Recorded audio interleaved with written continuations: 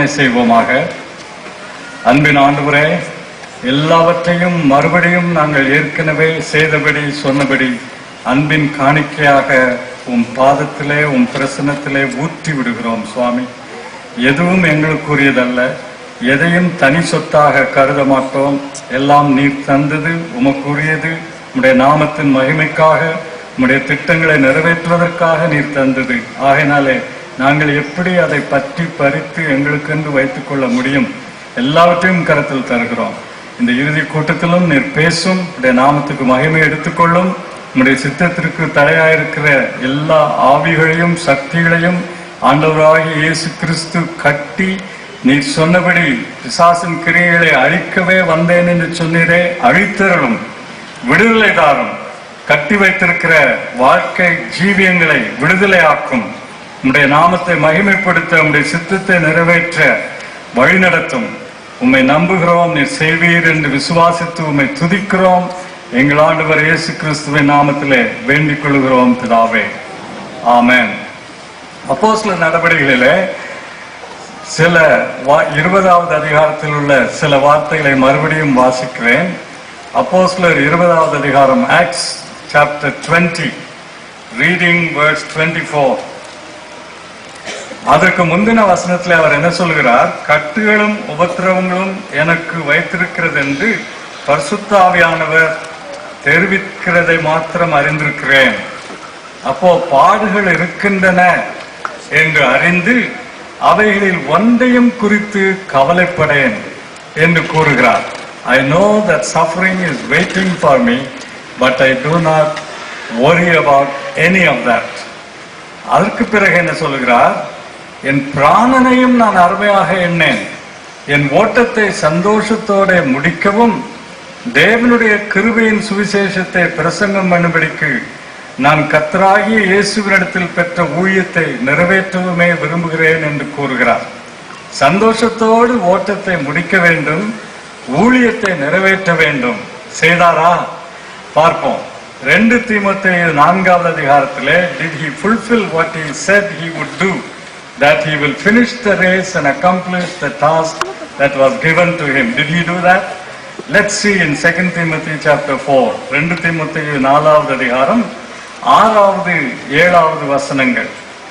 நான் இப்பொழுதே வானபலியாக வார்க்கப்பட்டு போகிறேன், நான் தேகத்தை விட்டு பிரியும் காலம் வந்தது. நல்ல போராட்டத்தை போராடினேன், ஓட்டத்தை முடித்தேன். பாருங்க, முடித்தேன் என்று கூறுகிறார்.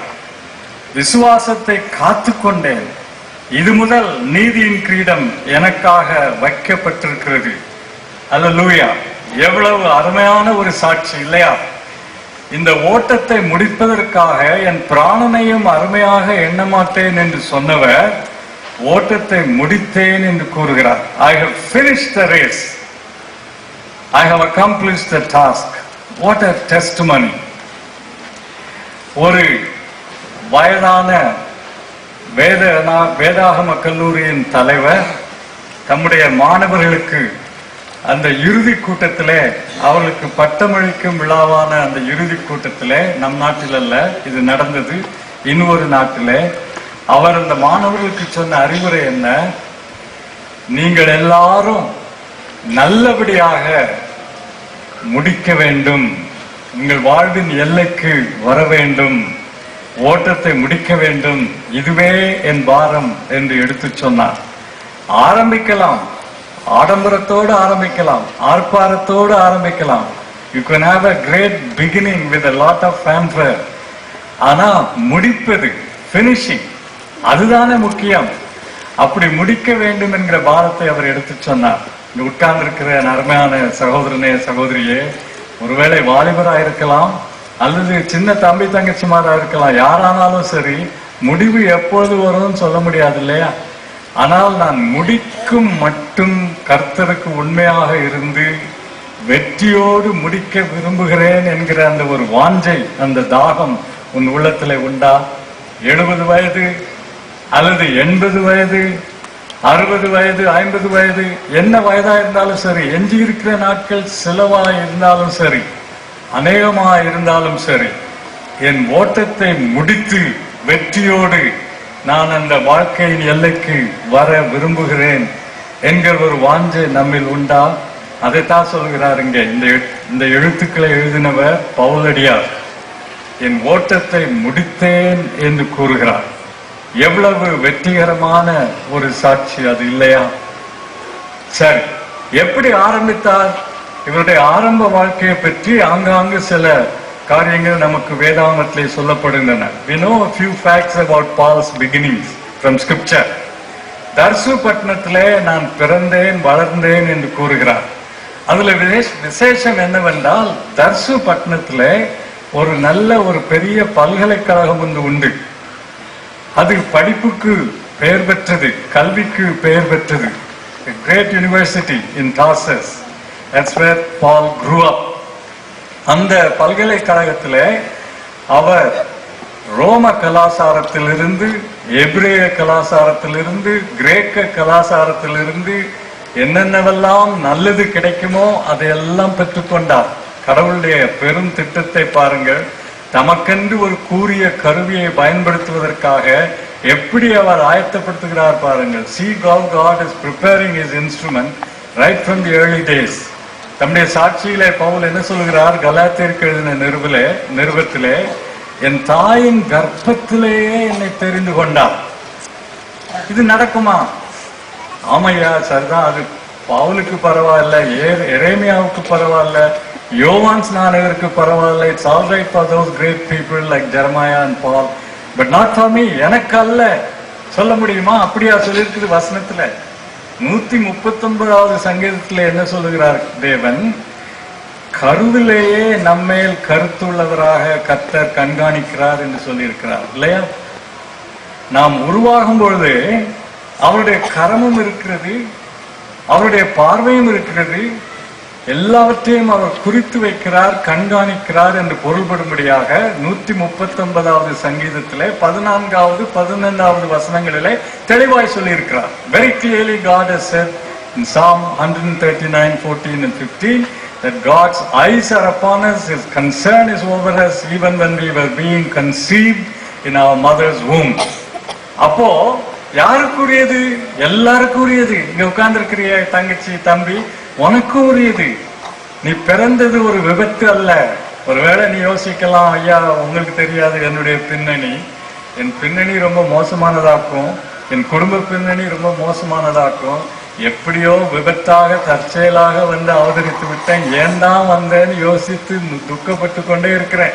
தற்கொலை செய்ய கூட நான் எண்ணி இருக்கிறேன் இல்லையா? உட்கார்ந்துகிட்டு இருக்கிறாங்க. அப்படிப்பட்ட எண்ணங்களோடு சொல்றதை கேள், கர்த்தருடைய வார்த்தை சொல்வதை கவனி. நீ வந்தது ஒரு விபத்து அல்ல. உன் தாய் யாரானாலும் சரி, தகப்பன் யாரானாலும் சரி, ஒருவேளை தகப்பன் யாருந்தே தெரியாத நிலையா இருக்கலாம், தாயும் தந்தையும் இல்லை, அனாதை என்கிற நிலையா இருக்கலாம். ஆனால் கர்த்தர் உன்மேல் அக்கறை உள்ளவராக கண்காணித்து உன்னுடைய பிறப்பிலே அவர் கரத்தை வைத்திருக்கிறார், உன்னை நேசிக்கிறார், அன்புள்ளவர். சரி, அப்போ எல்லாருக்கும் அவருடைய திட்டம் என்று ஒன்று உண்டு. ஆனால் அந்த திட்டத்தை அறிந்து அதற்கு இணங்கி ஒப்பு கொடுத்து அதன்படி வாழ்கிறவர்கள் உண்டு. அதை சிதைத்து சின்னாபின்னமாக்கி தங்கள் வாழ்க்கையே பரிதாபமாக முடித்துக் கொள்கிறவர்களும் உண்டு. எந்த கூட்டத்தை நீ சேரப்போகிறாய்? வாழ்க்கையின் இறுதிக்கோட்டிலே வந்து நிற்கும் பொழுது நல்ல போராட்டத்தை போராடினேன், ஓட்டத்தை முடித்தேன் என்று சொல்லுவாயா? அல்லது எல்லாவற்றையும் அவமாக்கி விட்டேனே, வீணாக்கி விட்டேனே என்று அங்கலாய்ப்பாயா? பவுல் சொல்லுகிறார், என்னை அவர் தாயின் கர்ப்பத்திலிருந்து கண்காணித்தார், அழைத்தார். அப்போ தர்சுவிலே அவருக்கு கிடைத்த அந்த கல்வி அதெல்லாம் விபத்தாக ஏற்பட்டதல்ல. வாழ்க்கையின் அனுபவங்கள் எல்லாம், ஆரம்ப அனுபவங்கள் எல்லாம் வீணானவை அல்ல. எல்லாவற்றையும் எடுத்து உன் வாழ்க்கையை உருவாக்குகிற குயவனாகிய தேவன், the great potter who molds your life, uses all the circumstances of the even earlier life, maybe unfortunate circumstances, all of that he uses because of his sovereign grace. அவருடைய பெரிய கிருபையினாலே எல்லாவற்றையும் எடுத்து அவர் பயன்படுத்துகிறார். தர்சுவிலே அப்படிப்பட்ட அனுபவத்தை அவர் பெற்றார். யாருக்கும் இல்லாத ஒரு ஸ்லாக்கியம் இல்லையா? ஆக்ஸ்போர்ட்ல போய் நான் கற்றேன், ஏல் பல்கலைக்கழகத்திலே, ஹார்வர்ட் பல்கலைக்கழகத்திலே, கேம்பிரிட்ஜ் பல்கலைக்கழகத்திலே நான் கற்றேன் என்று சொன்னா ஏதோ நமக்கு கொம்பு முளைத்த மாதிரி தானே, அது ஒரு பெரிய ஸ்லாக்கியமாக கருதுகிறோம். அப்படித்தான் தர்சு பல்கலைக்கழகத்திலே நான் படித்து தேறினவன் என்று சொல்கிறார். அவருக்கு கிடைத்த ஒரு பெரும் சாக்கியம் தான். ஒருவேளை உனக்கும் எனக்கும் அப்படி இருந்திருக்காது. ஏதோ ஒரு பல்கலைக்கழகத்திலே, ஒரு கல்லூரியிலே, ஒரு உயர்நிலை பள்ளியிலே, அது கூட இல்லாத ஒரு நிலையிலே நாம் ஏதோ கல்வியை கற்று வந்தவர்கள் தான். ஆனா அது ஒன்றும் பெரிய காரியம் இல்லை. எப்படி முடித்தோம் என்கிறது தான் பெரிய காரியம்.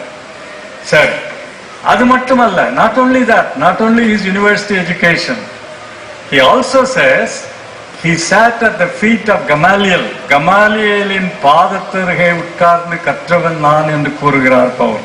இல்லையா? வசனங்களை எல்லாம் எடுத்து சொல்ல நேரம் இல்லை. ஆனா நீங்கள் பார்க்கலாம் வேதத்தில் அவர் சொல்லுவதை. ஏன் கமாலியேல் அன்றைக்குள்ள இறையியல் வல்லுநர்களிலே பெரியவர், இறையியலை கரைத்து குடித்தவர், நியாயப்பிரமாணத்தையும் பழைய ஏற்பாட்டு தீர்க்க தரிசனங்களையும் கரைத்து குடித்தவர், முதிர்ந்தவர், அறிவிலே சிறந்தவர். He was a great theologian, a great Bible person who knew the Old Testament and the law. Gamaliel. Saul or Paul was trained under him. அவருக்கு கீழாக கற்றவர், அவரால் கற்பிக்கப்பட்டவர். பெரிய ஸ்லாக்கியம் அது. பரிசேயர் அந்த நாட்களிலே வைராக்கியத்தோடு இருந்த ஒரு மத கூட்டம் இது. யூதர்களுக்குள்ளே பரிசேயர் கூட்டத்தை சேர்ந்தவர்.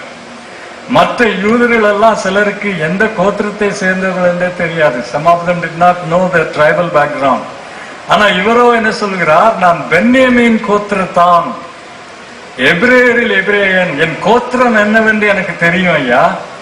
நான் பிறந்தவன், எப்படி பிறந்தவன், யாருக்கு பிறந்தவன், எந்த வம்சத்திலே வந்தவன் என்றெல்லாம் எனக்கு தெரியும் என்று சொல்லுகிறார். இப்படிப்பட்ட நல்ல ஒரு சூழ்நிலை கர்த்தர் கொடுத்தார். நம்மிலே சிலருக்கு, வாலிப தம்பிமாரே தங்கச்சிமாரே, உங்களுக்கு நான் சொல்லுகிறேன், இன்றைக்கு நம்முடைய சமுதாயத்திலே பல வாய்ப்புகள் கதவை தட்டி கொண்டிருக்கின்றன. ஆம், பொருளாதாரத்திலே ஒரு பின்னேற்றமான ஒரு சூழ்நிலை காணப்படுகிறது, உண்மைதான். There is a recession and a backwardness in our economy and in the economical area. But still, the opportunities are as high as the sky today for a young person. ஒரு வாலிபருக்கு இன்றைக்கு இருக்கும் வாய்ப்புகள் வானத்துக்கு எவ்வளவு உயரமா இருக்கோ வானம் அவ்வளவு உயரமான வாய்ப்புகள் இன்றைக்கு உண்டு. வானத்திலேயே கொடி கட்டி பறக்கக்கூடிய வாய்ப்புகள் இன்றைக்கு உண்டு. ஒருவேளை என் காலத்தில் இல்லாத வாய்ப்புகள் இன்றைக்கு உனக்கு உண்டு. ஆகினாலே நமக்கு என்ன பலவிதமான எண்ணங்கள் வருகின்றன, பலவிதமான ஆசைகள், பலவிதமான திட்டங்கள். அதை செய்யலாமா இதை செய்யலாமா என்று எண்ணுகிறோம் இல்லையா? நல்லது. There's nothing wrong in being ambitious and want to climb high. அதெல்லாம் நல்லதுதான். ஆனா ஒன்று ஞாபகத்தில் வைத்துக் கொள்ள வேண்டும், கடவுள் ஒருவர் இருக்கிறார், உன்னை உருவாக்கினவர், கர்ப்பத்திலே இருந்து உன்னை கண்காணிக்கிறவர், எனக்கென்று ஒரு திட்டம் உண்டு என்று அவர் சொல்லி இருக்கிறாரே. அதையெல்லாம் மறந்துவிட்டு அதை பற்றி கொஞ்சமும் அக்கறை இல்லாதபடி கடவுளாவது கத்திரிக்காயாவது யாரையா பார்த்தது? அதெல்லாம் இப்ப இருக்கிற உலகத்திலே சமுதாயத்திலே எல்லாரும் வாழ்கிறபடிதான் நாமும் வாழ வேண்டும். ஏன்? கூட படித்தவர்கள் எல்லாம் சொல்லுகிறார்கள், மாணவிகளானாலும் சரி மாணவர்களானாலும் சரி, அவர்களுடைய பேச்சு தானே நம்மை அதிகமா பாதிக்கிறது. பெற்றோரின் பேச்சை பார்க்கலும் சக மாணவர்கள் சக மாணவிகளுடைய பேச்சு தானே நம்மை அதிகமாக பாதிக்கிறது. ஆகனால அதை அப்படியே ஏற்றுக்கொள்கிறோம். அவர்கள் சொல்வதையெல்லாம் வாயப்பிழந்து கேட்டுக்கொண்டே இருக்கிறோம். இதெல்லாம் நம்மை பாதிக்கிறது. அவர்களுடைய திட்டங்கள், அவர்களுடைய பெரிய பேராவல்கள் எல்லாம் நம்மையும் பாதிக்கின்றன. நாமும் அப்படி வர வேண்டும் என்று யோசிக்கிறோம். ஆனா ஒன்றை மறந்து விட்டோம், நம்மை திட்டமிட்டு கண்காணித்து வளர்த்து வருகிறவர் நம் தேவன், நம்மை உருவாக்கினவர். அவரை மறந்து நீ வாழ்வாயானால் நீ வாழ்வாயா? வாழ முடியுமா? ஒரு சின்ன பையன் நூல்கண்டை தன் கையில் எடுத்து, நூல்கண்டு நல்லா இருக்குது, இது எப்படி இருக்குது, அடுத்த முனை எங்க இருக்கிறது என்று பார்க்கலாம் என்று சொல்லி அந்த நூல்கண்டோடு நூல் பந்தோடு விளையாட ஆரம்பிக்கிறான். Little boy is taking a ball of thread, is fascinated, he begins to play with it. என்ன ஆகிறது? நூலை பிரிக்க பிரிக்க ஆனந்தமா இருக்கிறது. வாழ்க்கையும் அப்படித்தான்.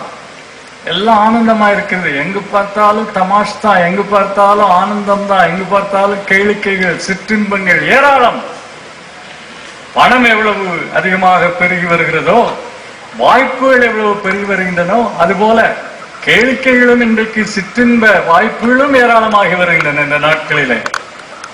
இதெல்லாம் அனுபவித்து இதை விட்டா வேற நமக்கு கிடைக்காது என்று சொல்லி அனுபவித்து அந்த பையன் அந்த நூல் பந்தை நூல் கண்டை வைத்து விளையாடுவது போல விளையாடி கடைசியில அந்த நூல் எல்லாம் வெளியே வந்தாச்சு. அந்த நூல் எல்லாம் கேட்கிறியா தங்கச்சி, இந்த நூல் எல்லாம் இவன் கையில சிக்கி போய் அப்படியே இருக்கிறது. என்ன செய்வான்? நூலை திருப்பி போட முடியுமா? Can he put the thread back on that ball of thread? He has removed it. It's all tangled up in his hands. What can he do? என்ன செய்வான் அவன்? அழுதான். அழுதான். அதுதானே செய்ய முடியும். அழுதான். He cried. He could not put it back. ஒருவேளை இங்க உட்கார்ந்துகிட்டு இருக்கிற உன் வாழ்க்கை அப்படிதான் இருக்கு.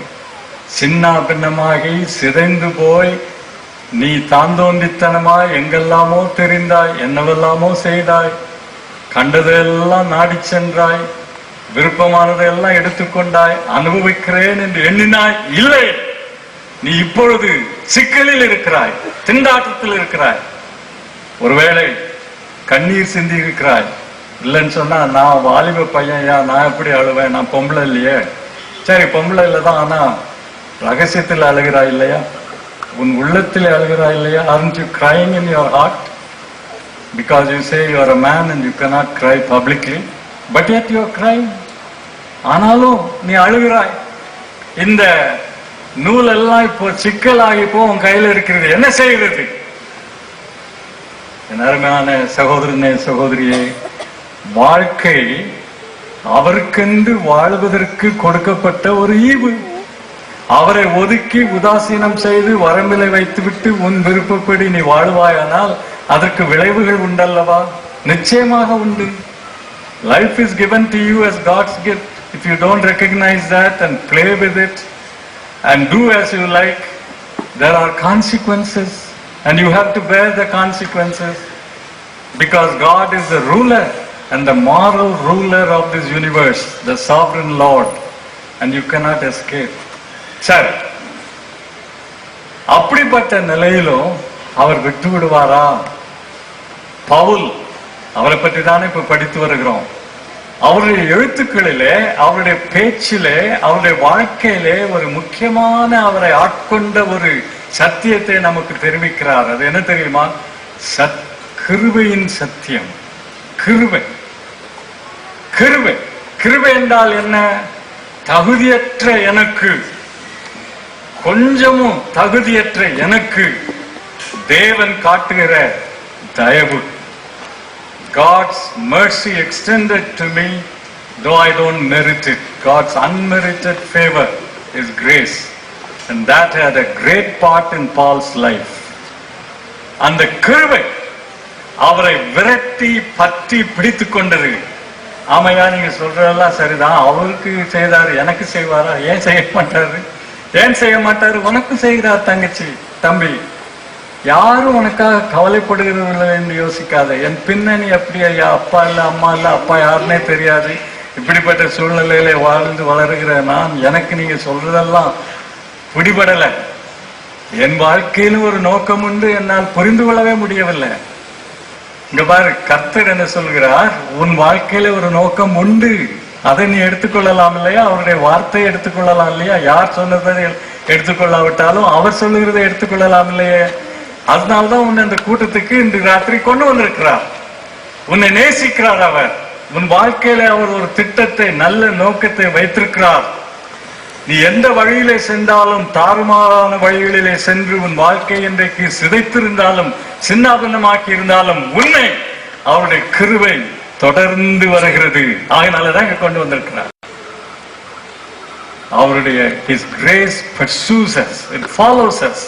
That's why He's brought you to this meeting tonight, though you did not plan to come to this meeting. அந்த கிருபை பற்றி பிடித்துக் கொள்ளும்படி இடம் கொடுக்கலாமா? ஒரு ஏகாந்தமான ஒரு இடத்துல, பாலடைந்த ஒரு கல்லறை தோட்டத்துல ஒரே ஒரு கல்லறை.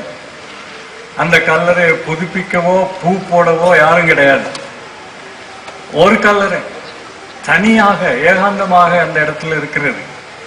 ஆனா அந்த கல்லறைக்கு பக்கத்துல போய் யாருடைய கல்லறையா இருக்கும் இது? whose tomb, whose grave is this? It's in such a dilapidated condition. And you go and see that.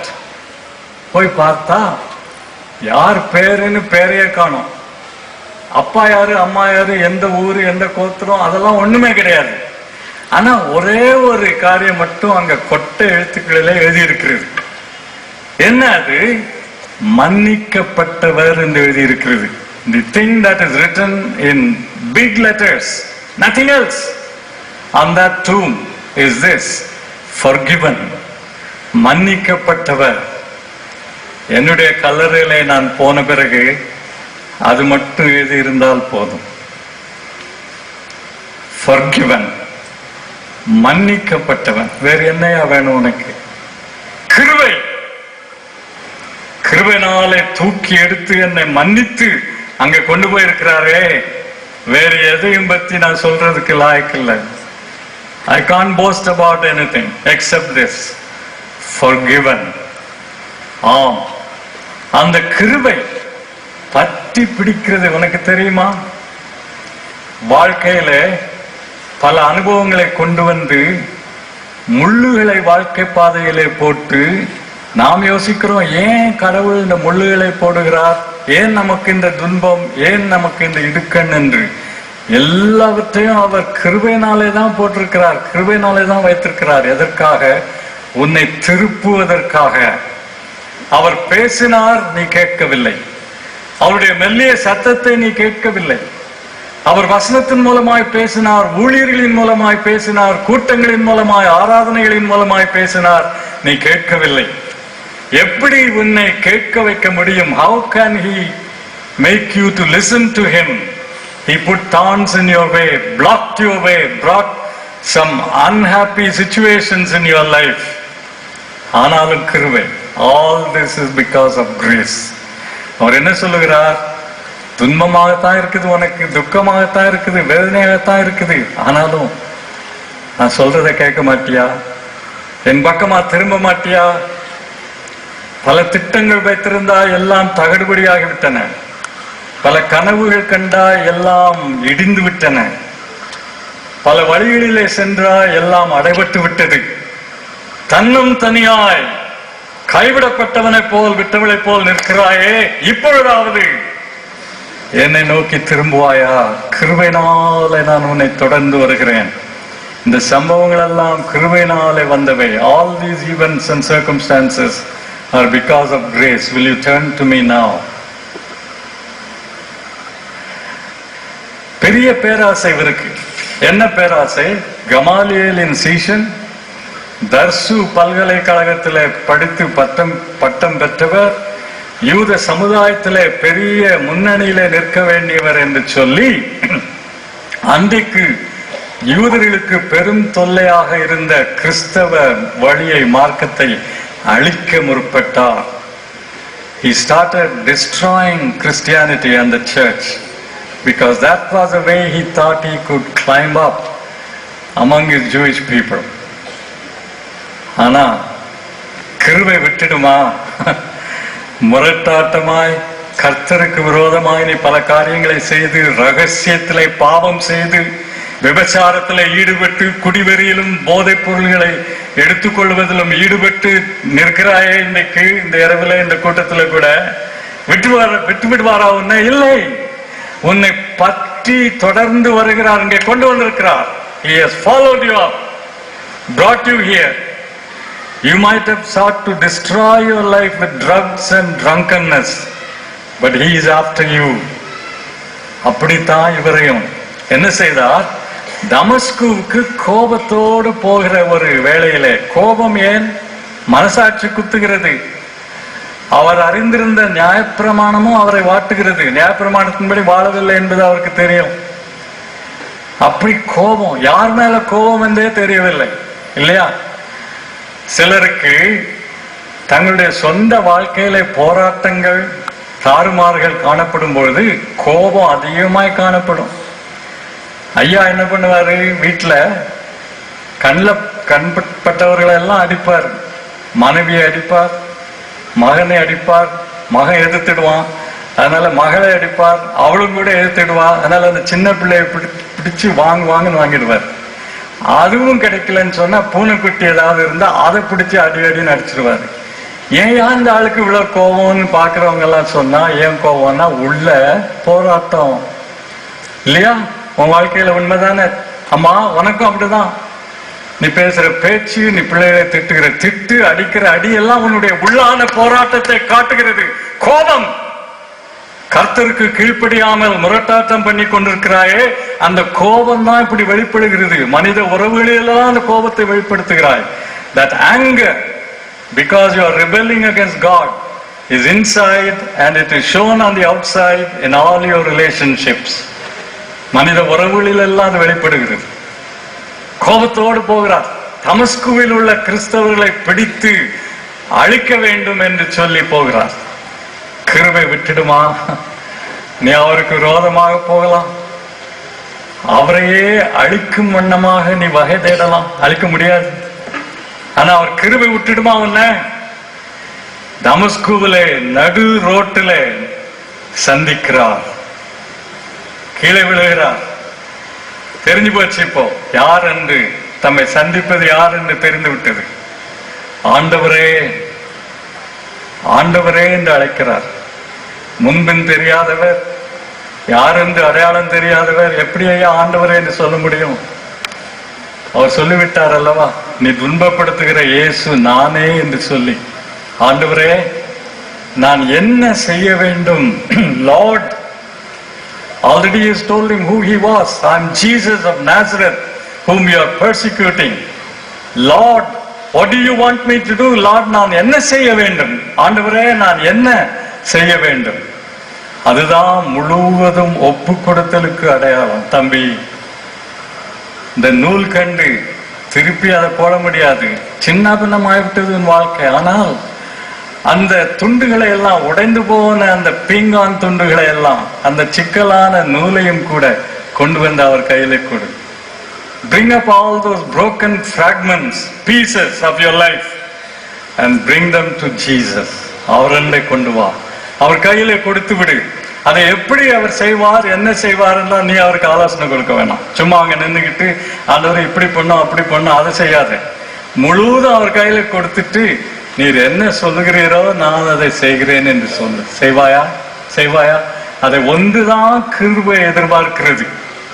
கிருபை, உன்னை பற்றி பிடித்த கிருபை, பின்தொடர்ந்து வந்த கிருபை உன்னிடத்தில் எதிர்பார்ப்பது என்ன? ஆண்டவரே நான் என்ன செய்ய வேண்டும்?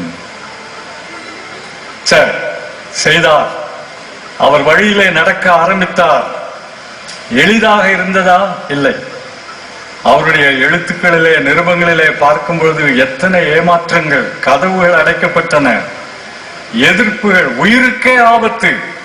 இது போதாதென்று உடலிலே வேறு ஒரு வியாதி, சரீரத்திலே முள் என்று சொல்லப்படுகிறது. It's mentioned as a thorn in the flesh. It's not anything spiritual. It's not anything moral. It's not even a little demon persecuting him, as some Bible teachers would say. சில வேத அறிஞர்கள் சொல்லுகிறபடி குட்டி சாத்தான் அல்ல, அது உடலிலே கொடுக்கப்பட்ட ஒரு வேதனை, குத்துகிற முள். என்னவா இருக்கலாம்? ஆஸ்துமாவா? அல்லது அடிக்கடி வருகிற ஒரு வயிற்றுக்கோளாறா? அல்லது வேறு ஏதாவது ஒரு நோயா? ஏதோ ஒன்று. ஆண்டவரே சுகப்படுத்தும் என்று கேட்டார். எல்லாவற்றையும் விட்டு உமக்கு பின் வந்தேனே, சுகப்படுத்த மாட்டீரா? I left everything and followed you. Will you not heal me? God's answer was, கடவுளுடைய பதில் என்ன? என் கிருபை உனக்கு போதும், என் பலம் உன் பலவீனத்திலே விளங்கும். My grace is sufficient for you. My strength will be made perfect in your weakness. அதுதான் பதில், ஆண்டவர் கொடுத்த பதில்.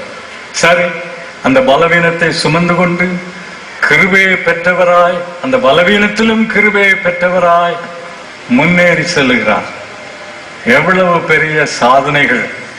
நற்செய்தி சென்றிராத இடங்களிலே சென்று நற்செய்தியை அறிவித்து அர்ப்பணி செய்து சபைகளை உருவாக்குகிறார்.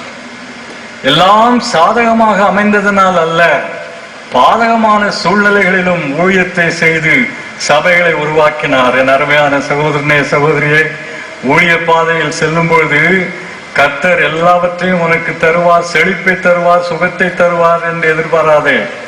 சுகத்தையும் செழிப்பையும் மட்டும் போதிக்கும் போதனைகள் இன்றைக்கு தொலைக்காட்சியிலானாலும் சரி, பெரிய அலங்கரிக்கப்பட்ட மேடைகளினாலும் சரி, வேத புரட்டு. ஏனென்றால் வேதம் செழிப்பையும் சுகத்தை மட்டும் போதிக்கவில்லை. வேதம் சிலுவையை பற்றி போதிக்கிறது, பாடுகளை பற்றி போதிக்கிறது, கிறிஸ்துவின் சித்தத்தை நிறைவேற்றுவதை பற்றி போதிக்கிறது. சுகத்தையும் செழிப்பையும் தேடி செல்லுவாயானால் ஏமாற்றம் அடைவாய். நித்தியம் ஒன்று உண்டு. 40 ஆண்டு காலம் சுகம் பெற்று வாழ்ந்தால் போதுமா? நித்தியத்திற்காக உன் வாழ்க்கையை நீ ஆயத்தப்படுத்த வேண்டாமா? இன்னைக்குரிய கூட்டங்களிலே நித்தியத்தை பற்றிய பேச்சே கிடையாது. இயேசு கிறிஸ்துவை சந்திக்க வேண்டும், இந்த உடலில என்ன செய்தோம் என்று நியாயம் தீர்ப்பார், இதெல்லாம் கிடையாது. சுகம் கொடுப்பார், செழிப்பு தருவார், என்ன வேணுமோ கேள் அவர் தருவார். இது சத்தியமே இல்லை, இது சத்தியமே இல்லை, இது சுவிசேஷமே அல்ல, வேற என்னவாகவும் இருக்கலாம். சரி, அவருக்கு அந்த சுகவீனம் நீக்கப்படவில்லை, கிருபை கொடுக்கப்பட்டது. ஆனாலும் இந்த பாதகமான சூழ்நிலைகளின் நடுவிலும், even in the midst of all these adversities, he served his God, established churches. செய்தார். இறுதியிலே சிறையில் அடைத்தார்கள். They imprisoned him. பிறகு சிறையிலிருந்து விடுவிக்கப்பட்டு ஓய்வு பெற போய்விட்டாரா? அப்பா, இவ்வளவு நாள் சிறையில இருந்து விட்டேன், இப்ப எனக்கு கொஞ்சம் ஓய்வு வேணும், எல்லாரும் என்னுடைய அடியார்கள் எல்லாம், என்னுடைய பக்தர்கள் எல்லாம் எனக்கு கால் பிடிக்க வாங்கன்னு சொன்னாரா? கால் வலிக்குது, முட்டி வலிக்குது, வந்து பிடித்து பாருங்கன்னு சொன்னாரா? Did he call his followers, his disciples, his fans to come and press his knees and relieve his pain? No! He started out again on a second missionary journey. இரண்டாவது மிஷனரி பயணம். கடைசியில் அவரை பிடித்து சிறையில போட்டார்கள். அப்பொழுதுதான் தீமோத்தேயுவுக்கு இந்த 2வது நிருபத்தை எழுதுகிறார். இப்ப என்ன தெளிவாயிட்டு அவருக்கு? இனிமே விடுதலை இல்லை. அவர் ரோம குடிமகனாய் இருந்தபடியினாலே சிலுவையில அறைய மாட்டார்கள். வெளியே கொண்டு போய், பட்டணத்துக்கு வெளியே கொண்டு போய், அவர் தலையை ஒரு மரக்கட்டையின் மேல் வைத்து வாளினாலே தலையை வெட்டுவார்கள். They will take him outside the city, put his head on a block of wood and cut it off, behead him. Not through crucifixion, but through beheading, because he was a Roman citizen. இது தெரியும் அவருக்கு. எவ்வளவு நாள் இருக்க போகுது? இன்னும் கொஞ்ச நாள் தான். கொஞ்ச நாள்ல சாக போகிறோம், சாகடிக்கப்பட போகிறோம் என்று அறிந்து கொண்டவர் என்ன சொல்லுகிறார்? ஓட்டத்தை முடித்தேன். வெற்றி குரல் பாருங்கள். Look at his cry of triumph, knowing that only a few days awaited his death. I have fought the fight, I have finished the race. What a shout of triumph. ஒரு தம்பி இந்த மாதிரி கூட்டங்களிலே, பட்டதாரி வாலிபன் கூட்டங்களிலே கர்த்தர் பேசினார். என்ன சொன்னார்? நீ வந்து என்னுடைய மிஷனரியாக போகணும்பா, தேவைகளை எல்லாம் பற்றி கேட்டியே, ஒன்ன மாதிரி ஆட்கள் வேணும் என்று கர்த்தர் பேசினார். இவன் என்ன சொன்னா? ஆண்டவரே, உமக்கு தெரியாது ஒன்று, நான் உமக்கு ஒரு நல்ல பிளான் தரேன். நம்மள அநேக கர்த்தருக்கு பிளான் கொடுப்போமே ஒழிய அவருடைய பிளானை பெற்றுக்கொள்ள மாட்டோம் இல்லையா? அப்படித்தானே உட்கார்ந்துட்டு இருக்கிற. தப்பு, ரொம்ப தப்பு. அது உன் பிளான் அல்ல, அவருடைய பிளானை வாங்கிக்கொள். ஆனா இவன் என்ன சொன்னா? நான் பிளான் வச்சிருக்கிறேன், நான் ஒரு நல்ல உத்தியோகத்திற்கு வந்துட்டேன்னு சொன்னா, எத்தனை மிஷினரிமாரை நான் ஆதரிப்பேன் பாரு சுவாமி. நீ எந்த ஸ்தாபனம் சொல்றீரோ, ஐஎம்மா, எஃப்எம்பிவியா அல்லது பிஓஎம்மா, எதுனாலும் சரி, எத்தனையோ மிஷினரிமாரை நான் ஆதரிப்பேன். இதான் என்னுடைய பிளான். நான் என்ன பண்ண போறேன்? ஆண்டவரே, நீர் உதவி செய்யணும், உங்களுடைய உதவி வேணும் எனக்கு. நான் என்ன பண்ண போறேன்? ஐஏஎஸ் பரீட்சைக்கு நான் appear ஆகி, I will appear for IAS and I will become an officer, maybe a collector or some other officer, an IAS officer. Then I can earn so much and support so many missionaries. This is my plan. He didn't bother about God's plan. He was offering his plan to God. அப்படி சொல்லிட்டு வீடு, ஒரு சின்ன வீடு, குடிச வீடு கிராமத்துல போய் அன்னைக்கு ராத்திரி தூங்க போயிட்டான். தூங்க போனா அன்னைக்கு ராத்திரி அந்த வழியா வந்த ஒரு லாரி திசை மாறி அந்த லாரி டிரைவருக்கு கண்ட்ரோல் இல்லாம இவனுடைய வீட்டு சுவரில் மோதி அப்படியே நசுக்கி கொண்டு விட்டது. He was living in a village house. That's where he went after the meeting. He was lying down. A lorry went astray, could not be controlled, dashed against the wall, crushed him to death. What about his plans? இங்க உட்கார்ந்துகிட்டு இருக்கிறியே, பெரிய திட்டம் போட்டுக்கொண்டு கடவுளுக்கே நான் திட்டம் போட்டு தருவேன் என்று சொல்லிக் கொண்டிருக்கிறாயே, அப்படி ஒரு சூழ்நிலை ஏற்படுமானால் என்ன செய்வாய்? இல்லையா, எனக்கெல்லாம் நடக்காது, பிரசங்க மாதிரிலாம் என்ன பயப்படுத்துறீங்க. இல்லையா, நடக்க கூடுமே, நடக்காதுன்னு நீ சொல்லலாமா? ஒரு நிமிஷம் போதுமே, ஒரு லாரியோ ஆட்டோ ரிக்ஷாவோ எதுவானாலும் சரி உன்னை நசுக்கி விடுமானால் உன் திட்டம் என்ன ஆகும்? கடவுளுக்கு முன்பாக நின்று என்ன பதில் சொல்லுவாய்? யோசித்து பார்ப்பாயா? வாழ்க்கையின் எல்லை கோட்டிலே, இறுதி கோட்டிலே வந்து நிற்கும் பொழுது நல்ல போராட்டத்தை போராடினேன். When you stand at the edge of life, the last limit, boundary, if you can say I have finished the race, what a great victory. எவ்வளவு பெரிய வெற்றி அது தம்பி தங்கச்சி. அதுக்காக தான் நான் அழைக்கிறேன். நான் என்ன சொல்றேன், இயேசு சுவாமிக்கு உன்னை ஒப்புக்கொடு. சும்மா மேல்வாரியான ஆழமில்லாத ஒப்பு கொடுத்தல் அல்ல, வீண் சலசலப்பு அல்ல, வீண் ஆர்ப்பாட்டம் அல்ல, ஆர்ப்பரிப்பு அல்ல. ஆழமாக, ஆண்டவரே உம்முடைய சித்தத்தை மட்டும் நான் செய்வேன். எங்கு கொண்டு செல்கிறீரோ அங்கே செல்வேன். எதை செய்ய சொல்லுகிறீரோ அதை நான் செய்வேன். இதோ என் வாழ்வு உமக்குரியது. அவிதமான ஒரு அர்ப்பணம் இந்த ராத்திரி செய்வாயா? அன்போடு அழைக்கிறேன். கர்த்தரும் அன்போடு அழைக்கிறார். கிருபையினாலே உன்னை தொடர்ந்து வந்தவர், இன்றைக்கும் நீ அழியாதபடி கிருபையினாலே உன்னை காத்துக் கொள்கிறவர். செதறி போன துண்டுகளை எல்லாம் எடுத்து அவர் கையிலே கொடுத்து விடு. கடந்த வாழ்க்கையின் ஏமாற்றங்கள், தோல்விகள், வீழ்ச்சிகள், பாவங்கள் எல்லாவற்றையும் அவர் கையிலே கொடுத்து விடு. அவர் மன்னித்து சுத்திகரித்து சரிப்படுத்தி உன்னை பயன்படுத்துவார். கொடுப்பாயா? பிரார்த்தனை செய்வோம், ஜெபிப்போம். கர்த்தருடைய ஆவியானவர் நம் நடுவில் ஆழமாக பிரசன்னமாயிருக்கிறார். இது அவருடைய வேலை, தவற விட்டு விடாதே. அந்த வாலிப தம்பி செய்தது போல முதுகு காட்டி போவாயானால், இன்றைக்கு இரவே நித்தியத்தை நீ சந்திக்க நேரிடுமானால் எவ்வளவு பரிதாபம். ஆண்டவரே, என்னை முழுவதுமாய் எடுத்து பலிபீடத்தின் மேல் நான் வைத்து விடுகிறேன். என்ன, எது, எப்படி, எங்கே என்றெல்லாம் எனக்கு தெரிய வேண்டிய அவசியம் இல்லை சுவாமி. நீர் சொல்லுவதே நான் செய்வேன். நீர் எங்கு போக சொல்லுகிறீரோ அங்கு போவேன். என்னவா இருக்க விரும்புகிறீரோ அவ்விதமாக நான் இருப்பேன்.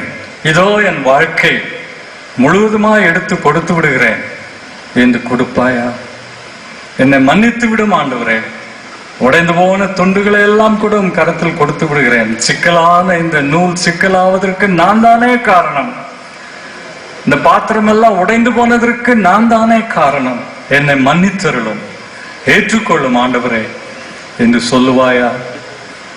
என் அருமையான சகோதரனே, சகோதரியே, தம்பி, தங்கச்சி, அப்படி நீ சொல்லுவாயானால் நான் ஏதோ இந்த கூட்டம் முடிந்து ஊருக்கு போவதற்கு முன்பு உனக்காக ஜெபிக்க விரும்புகிறேன்.